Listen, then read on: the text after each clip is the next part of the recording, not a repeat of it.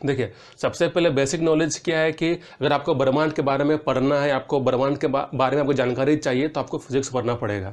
फिर जैसे कि मान लीजिए आपका बिग बैंग थ्योरी क्या होता है कि मतलब कि सबसे पहले क्या होता है, एकदम एकदम शुरुआत में एक इवेंट हुआ था। उस इवेंट को आपको बोलता है बिग बैंग थ्योरी।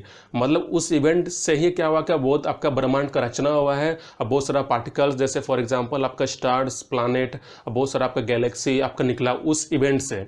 तो उसी इवेंट को एक नाम दिया गया आपका बिग बैंग थ्योरी, ठीक है।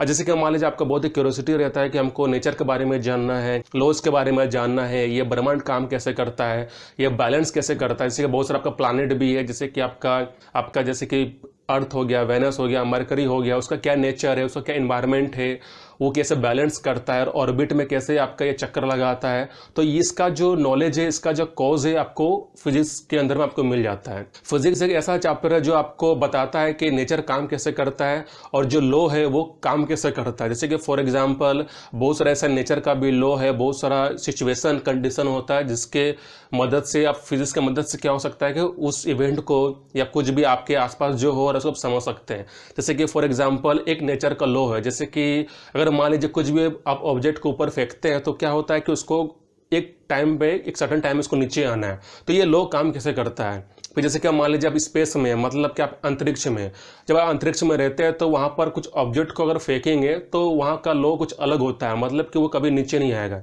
मतलब कि अगर मान लीजिए स्पेस में कुछ ऑब्जेक्ट जाता है तो वो आपका उड़ता है, ना वो नीचे आएगा ना किसी स्पीड में रहेगा, वो एक कांस्टेंट स्पीड में वो आपका जाते रहता है। तो ऐसा क्यों होता है, तो हर इन्वायरमेंट का अलग अलग लॉ काम करता है। जैसे कि आपका जो अर्थ का जो कुछ फोर्स है, कुछ ग्रेविटी है, वो आपका अर्थ के हिसाब से काम करेगा।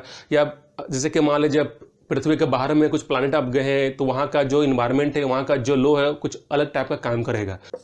एटम, एटम में क्या है कि जितना भी आपका जो ऑब्जेक्ट है या हम लोग, ये सब आपका एटम से बना हुआ है। मतलब कि एटम के अंदर भी बहुत सारा आपका पार्टिकल्स, जैसे आपका इलेक्ट्रॉन हो गया, आपका प्रोटॉन हो गया और आपका न्यूक्लियस भी हो गया। अगर मान लीजिए अगर आपको एटम के बारे में जानना है, एटम एग्जिस्ट कैसे करता है और एटम के जो प्रॉपर्टीज है, जो डिटेल्स है, जो बेसिक जो नॉलेज है, अगर उसके बारे में आपको जानना है तो आपको फिजिक्स फिर आपको पढ़ना पड़ता है। देखिए एटम्स क्या है कि सब कुछ आपका एटम से बना है। आपका ये ब्रह्मांड, आपका ये यूनिवर्स, जितना भी आपको जो प्लानेट है, जो भी आप देख रहे हैं, जो भी फिजिकल चीज आप जो देख रहे हैं, सब कुछ आपका मतलब एटम से बना हुआ है। तो इसीलिए अगर मान लीजिए अगर एटम के बारे में आपको जानना है तो फिर आपको मतलब फिजिक्स पढ़ना पड़ता है। फिर यहाँ पर एक लॉज होता है नेचर का, मतलब कि नेचर में आपका नियम कुछ होता है, कुछ सिद्धांत होता है, तो वो भी आपको पढ़ने को फिजिक्स में मिलता है। मतलब कि जैसे कि मान लीजिए आप चलते हैं तो किस हिसाब से चलते हैं। अगर मान लीजिए कुछ ऑब्जेक्ट को ऊपर फेंके हैं तो वो नीचे हमेशा क्यों आता है। कुछ आपका इवेंट होता है, जैसे वेलोसिटी हो गया, आपका एक्सेलरेशन हो गया, वो काम कैसे करता है।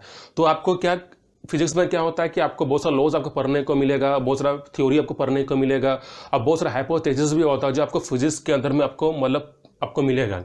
तो देखिए सबसे पहले इसका ऑब्जेक्टिव क्या होता है।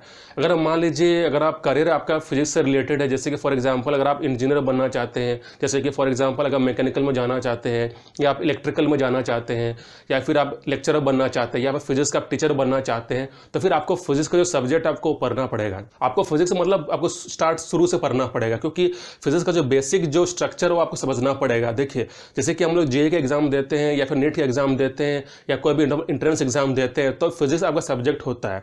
अब जब भी फिजिक्स पढ़ते हैं हम लोग बहुत सारा कॉन्सेप्ट पढ़ते हैं। जैसे कि फॉर एग्जांपल आप इलेक्ट्रिसिटी के बारे में पढ़ते हैं, आप इलेक्ट्रिक फील्ड के बारे में पढ़ते हैं, या फोर्स के बारे में पढ़ते हैं, आप लाइट के बारे में पढ़ते हैं, यूनिवर्स के बारे में पढ़ते हैं।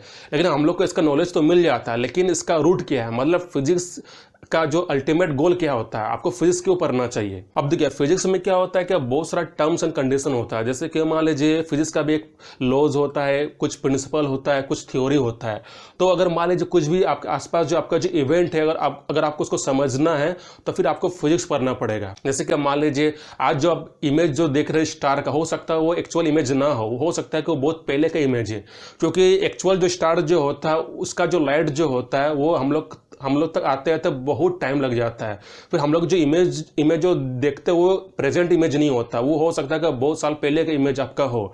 तो इसी तरह फिजिक्स में क्या होता है कि हम लोग इवेंट को हम लोग स्टडी करते हैं, लॉस को हम लोग स्टडी करते हैं, कारण को हम लोग स्टडी करते हैं, कुछ थ्योरी जो होता है हम लोग उसको स्टडी करते हैं। तो जब भी आप मतलब कुछ भी आप चैप्टर स्टार्ट करते हैं या जेई में कुछ भी पढ़ते हैं, जो भी आप क्लास 11 में पढ़ते हैं, क्लास 12 में पढ़ते हैं, वो आपको तभी समझ में आएगा जब आप जड़ समझेंगे।